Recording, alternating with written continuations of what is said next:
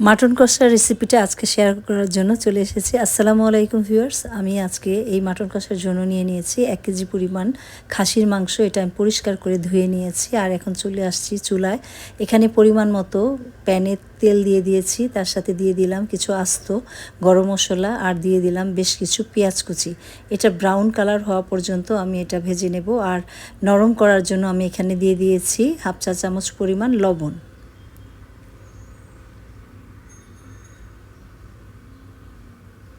এবার বাটা মশলায় দিচ্ছি আদা রসুন পেস্ট, এখানে কিছু পেঁয়াজ বাটাও দিয়ে দিচ্ছি। মশলাটা খুব ভালোভাবে কষিয়ে নিতে হবে। এখন দিয়ে দিচ্ছি ধনিয়া গুঁড়া,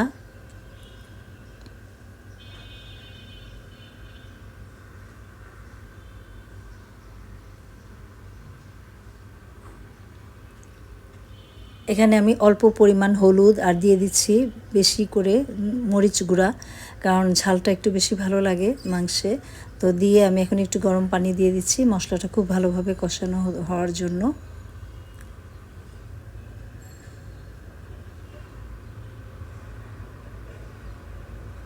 এবার একটা টমেটো কুচি করে দিয়ে দিয়েছি, এটা গ্রেভিটা ভালো হয়।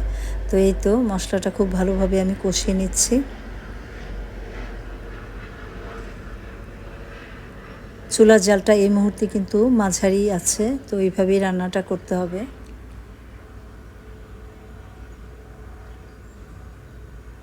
এবার একটা বড় এলাচ দিয়ে দিলাম।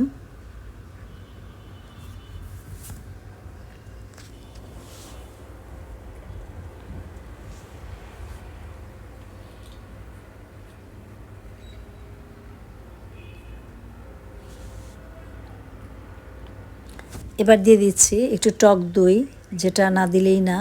তো মশলা কষানোর সময় আমি টক দইটা দিয়ে দিলাম।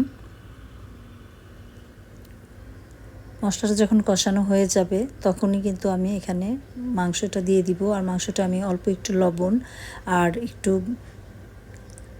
আদা রসুন পেস্ট দিয়ে এটা ম্যারিনেট করে রেখেছিলাম 10-15 মিনিটের জন্য।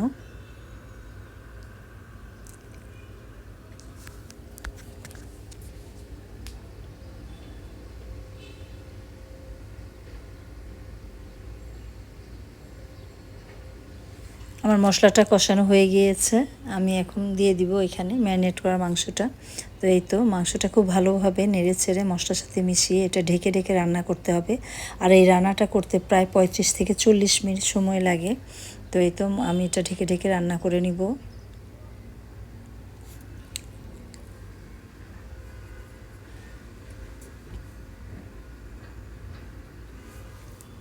মাংস থেকে পানি উঠেছে, সেটা দিয়ে সিদ্ধটা করা হবে। তারপরে যখন শুকিয়ে যাবে পানিটা তখন কিন্তু আমি ঝোলের পানি দিব। আর খুব বেশি ঝোলও কিন্তু দিব না, যেহেতু এটা কষা, তো ওইভাবে কষাই রাখার চেষ্টা করব। তো সেদ্ধ করার জন্য যতটুকু প্রয়োজন ততটুকু পানি আমি ব্যবহার করব। এই তো দেখতেই পারছেন আমার মাংসটা কিন্তু অনেক ভালোভাবে কষে গিয়েছে। এবার আমি একটু গরম পানি দিয়ে দিচ্ছি আর এই পানিটার মধ্যেই রান্নাটা শেষ করার চেষ্টা করব। আর এটা আমি অল্প আছে, এটা বেশ অনেকক্ষণ দমেই রান্নাটা করব। এখন আমি দিয়ে দিচ্ছি ভাজা জিরা গুঁড়া আর এখানে দিয়ে দিলাম একটু গরম মশলা গুঁড়া, দিয়ে আবারও কিন্তু এটা দমে রেখে দিব।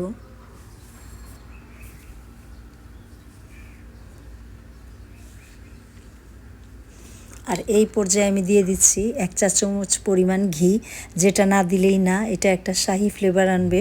তো এই তো এটা কিন্তু খেতেও অনেক ভালো লাগে আর এটা হওয়ার আগ দিয়ে দিলেই ভালো হয়। তো আমি এখানে ঘিটা দিয়ে একটু নাড়াচাড়া করে এটা আরও 10 মিনিটের মতো দমে রাখবো, একদম অল্প আছে।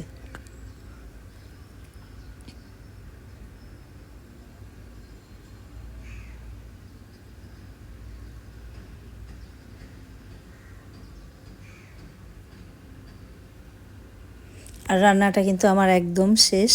তো আজকের এই রেসিপিটা আপনাদের কাছে কেমন লেগেছে অবশ্যই কমেন্ট করে জানাবেন, মাটন রেসিপিটা। তো ভালো থাকেন সবাই, সুস্থ থাকেন। আজকের মতো আমি এখানেই বিদায় নিচ্ছি।